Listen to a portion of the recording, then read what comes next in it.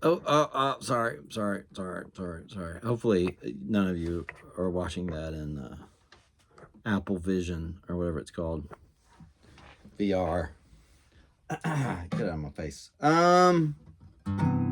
What up? Whoops.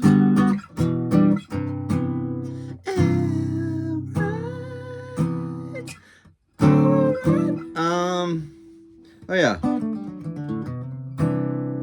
You know how I mean, typically what I've been doing is take something that I think is ill-defined or is generally thought of as unteachable, and assert that it seems unteachable because it's poorly defined, right? That if you define it the right way, the accurate way, and specifically enough, then all of a sudden it starts to become pretty clear how it is that you might achieve that thing. So we did that with playing expressively, for example, right? I said playing expressively is, and you can go back and watch the video, but essentially altering, uh, constantly altering along a bunch of different uh, categories at once. So anyway, go look at the video, you'll see. So what I was going to say this time is, okay, another example of just such a vaguely defined term that we throw around, and that clearly has a very specific referent, is style, right? Eddie Van Halen has a very noticeable style. Jimi Hendrix has a very noticeable style. Eric Johnson has a very noticeable style. I think, as guitar players, have had more than our fair share of stylistic giants, which is really cool.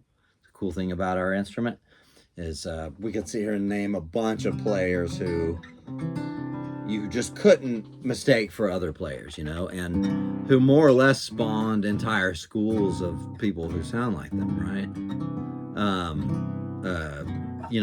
Eric Johnson showing up with a unique vocabulary, he plays pentatonics a certain way, a certain fast way, and a unique set of tonal choices and things like that, to where when you hear him, it's so obvious who it is, right?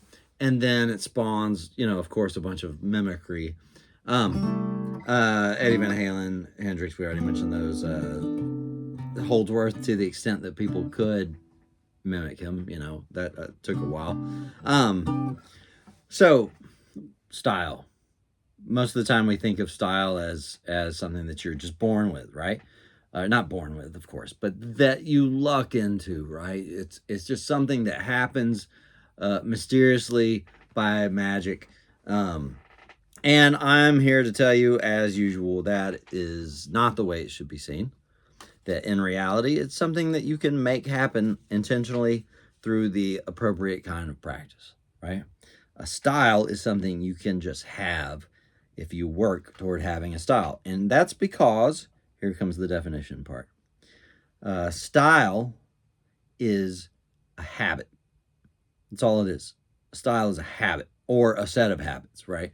It's a when we say that Eddie Van Halen has his own style, what we mean is he plays things that are Eddie Van Halen like, which I know so far isn't a very helpful definition. But it does mean that he plays a certain type of lick. He picks a certain type of way. He has a certain type of tone. There are things that he does very consistently, habitually, so often that's what we mean by style, right? It's that he habitually plays a certain way, right? So how does one make a style? Well, one makes a style. If you wanted to have your own style that sounds like no one else, you come up with a thing, like a lick, a type of attack, a type of something that is somewhat idiosyncratic, right? And you maybe come up with a lick that instantiates that. Let's say I want my style to be I'm a guy who slides around a lot. Tons of sliding.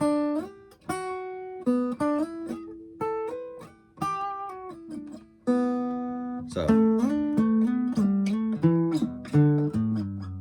right? So I start playing like that, right? What I'm going to do is sit and come up with a lick that instantiates that idea, right? So one lick, right? Every chance I get, I'm working that lick into a solo over and over and over and over and over, making it a habit, right? Making it to where I just can play that lick in my sleep. Then I come up with another lick that instantiates that same idea, sliding around. So, right? And then I practice that, right? I practice that lick over and over and over. I get it to where it's very fast. Then I do another one, I do another one, I do another one. Notice what I'm doing is building a vocabulary of very specific licks, right? Of course, that means you don't have your style yet, right? You're just spitting out very rote licks, right? But very specific licks that instantiate that one common idea, which in this case would be sliding around a lot, right? Notice what I'm working toward here is when somebody says, hey, have you heard Mark Cuthbertson? And they say, oh, is that guy who slides a bunch, right? That's where you would fill in someone's style, right? Is that guy who, blah, blah, blah, right? Who does so-and-so. So you can imagine that question about yourself. So someone says, Ray Tinkle Bottom, yeah, is that guy who, whatever. Ray, I'm sorry if there is a Ray Tinkle Bottom out there. I'm kind of getting close to a Simpsons joke. Yeah. So you're looking to make habits that make licks habitual that revolve around a certain type of concept, right? And then the more licks you come up with, the more you're intentionally by rote working these licks in, and they become automatic. They will start to bleed into one another, and you'll start to accidentally play hybrid versions of them, but also things like them, right? So any of you who ever gotten to where you're really good at a style to where, let's say you worked on, right? I shouldn't have picked acoustic for this, but you learn that lick, and then you learn, I can't bend that well enough, but you learn a couple of blues licks, and then you learn another blues lick and another blues lick and another blues lick. Years of doing that, or it may not have taken years, gave birth to somebody whose hands just sort of automatically play things like them. It doesn't have to be that exact, any one of those exact licks, but they are these sort of blurred into one another hybrid versions of maybe licks that you once learned, right? And it becomes a type of thing that you automatically, accidentally, habitually play. Habit is style. Habit is style. How do you make a habit? Right? Aristotle writes about this. Thomas Aquinas writes about this. You make a habit through intentional, repeated action. You intentionally, repeatedly do the same action, and you get to where, and modern neuroscience bears this out, right?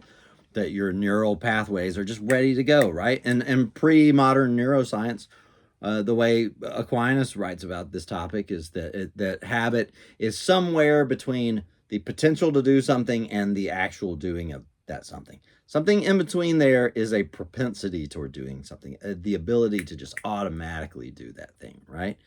And modern neuroscience points to what that thing is, right? It's that neural pathway, right? So you're making it to where you could just automatically mark Ray Tinkle Bottom, the guy who plays a bunch of slides.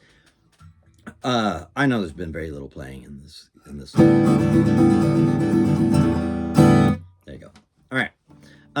This is my 19. This is a 63, I think, J45. They are not all created equal. Most of them I've played are like, and a couple of them have been cool, but this one is.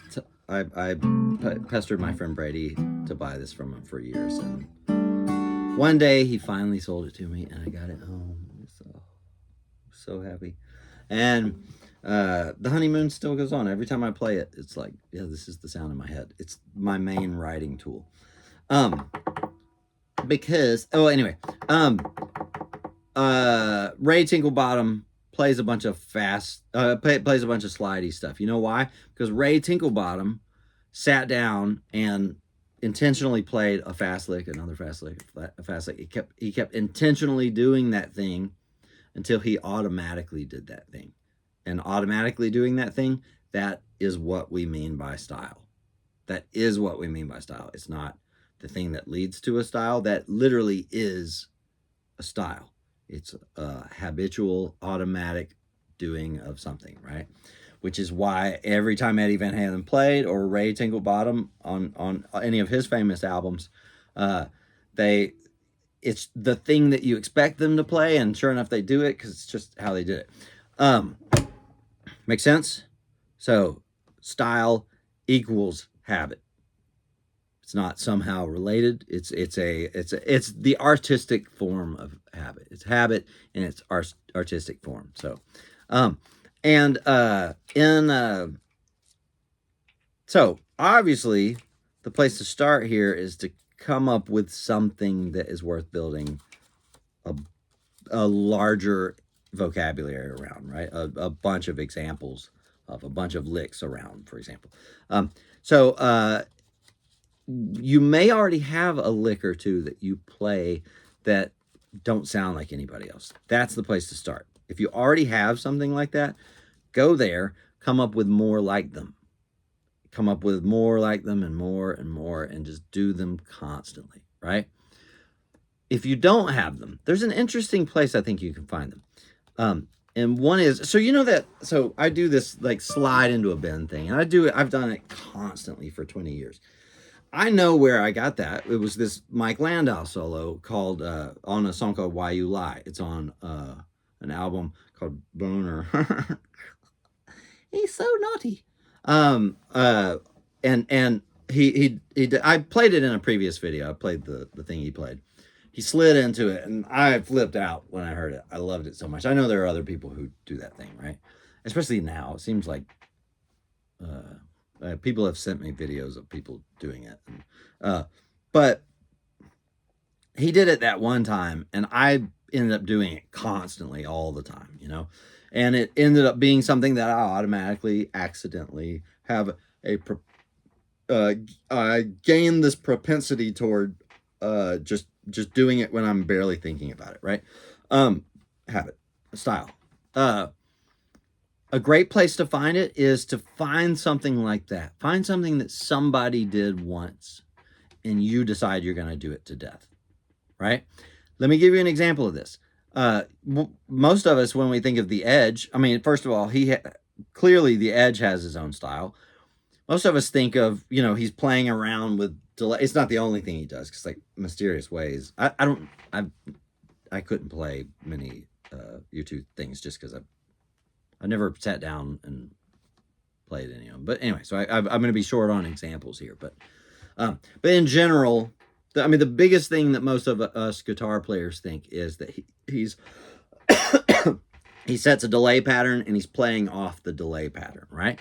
Did The Edge make that up? No, dude, David Gilmour did that. That song, Run Like Hell, he's already doing that dotted eighth thing, right? But to my knowledge, I don't know Pink Floyd stuff very well, but to my knowledge, I always had this, by the way, I never went through a Beatles phase. I always had this thing.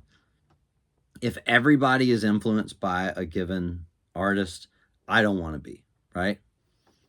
Although it's interesting, I say that I was in the 90s. I was a big Joe Satriani fan, or the early 90s when I was still in high school. I graduated high school in 95. But up to then, I was a huge Joe Satriani fan.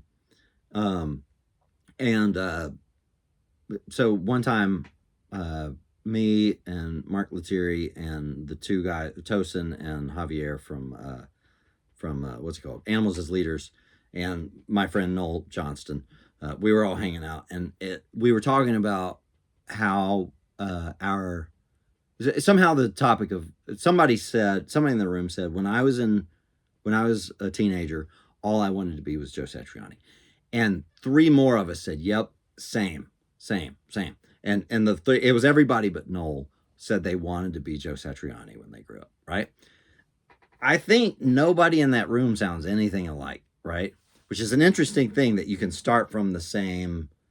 Not only nobody sounds like Joe Satriani, and yet we really don't sound anything alike. You know, they have really respectable careers. I'm nobody, of course, um, but nobody in there sounds alike. So you can start from a given resource, from a given bit of inspiration, and end up, you know, in a completely different place. But in general, I wanted to have different influences than others. So I can't tell you that much about Pink Floyd or U2 or the Beatles that much, because I saw everybody around me was you know, everybody was writing like them, you know. So even though they came like King's X is clearly influenced by the Beatles, but they sound so drastically different, you know. But there's a Beatles element in there for sure. But I just never touched the Beatles, you know. Um, but anyway, but as far as I know, the only example of that of David Gilmour doing the dotted eighth delay thing is Run Like Hell. It seems to me the story must be something similar to, or maybe I'm wrong, but the Edge must have, or whatever his name is. I don't know his real name. Frank. He might be related to the Tinkle Bottoms. Um, it's not a very Irish name, so. Um, uh, so the Edge, I'm guessing the story is something like he heard that song by Pink Floyd. This is probably a bullcrap story. I'm sure somebody can correct me. And then decided to do that a ton, to do stuff like that a ton, right?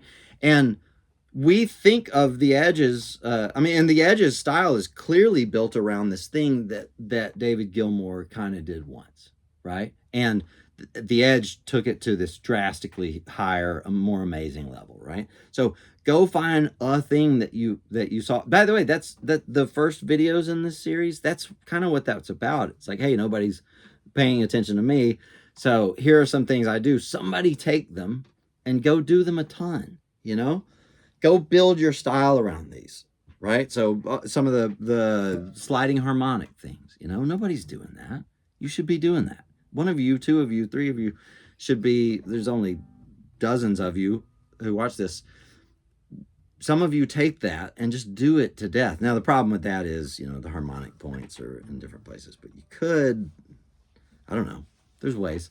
What else? Yeah, find something. If you're wanting to fill in that blank with, you know, what is it that your style is, and you're having trouble coming up with something unique, go find something somebody did this one time, right? And go decide to do it a ton, right?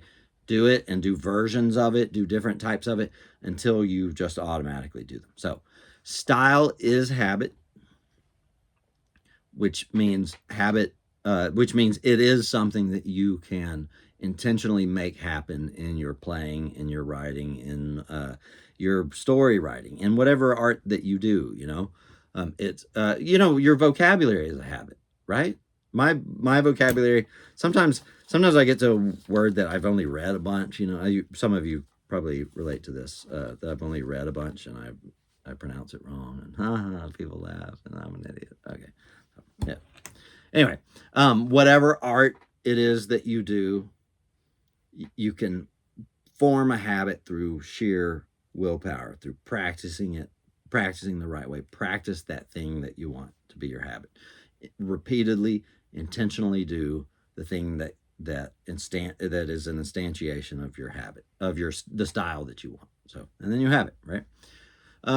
Yeah. So get busy. Um, these videos, I've mentioned this last time, these videos have slowed down quite a bit, because like I said, I don't want to do stuff. I don't want to make content. So, if you have questions, now's the time. I mean, I still have a few, like I said, I still have a few things to talk about. And then I may do something very self-indulgent. Who cares? Go through Fantastic Boom music and make the case for why I think, never mind. But yeah.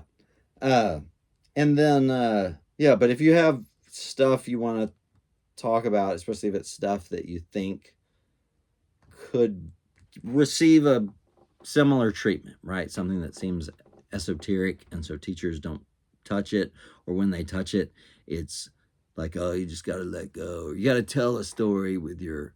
They just punt to a different metaphor, you know. They just have recourse to the next metaphor and the next metaphor, and you want somebody to say, "Screw metaphors. Here's literally what it is," you know. Then maybe we can analyze that together, and so ask it in the comments. Yeah, because I'm not just gonna keep. I don't want to be YouTube guy.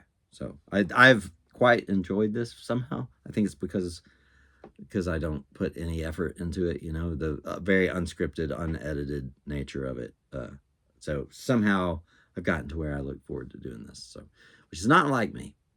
So, but I don't look forward to it enough to where I'm gonna, you know, just put out very contrived content. So it has to be something I want to talk about, or I think that maybe I can supplement what everybody else says on. So if it's not that, I'm not going to show you, here's how you do 3 different pentatonics per scale, the way, you know, 947 other people also teach. You know, I'm not gonna do that. So there is a thing. Well, I don't know. I'll do a video on it.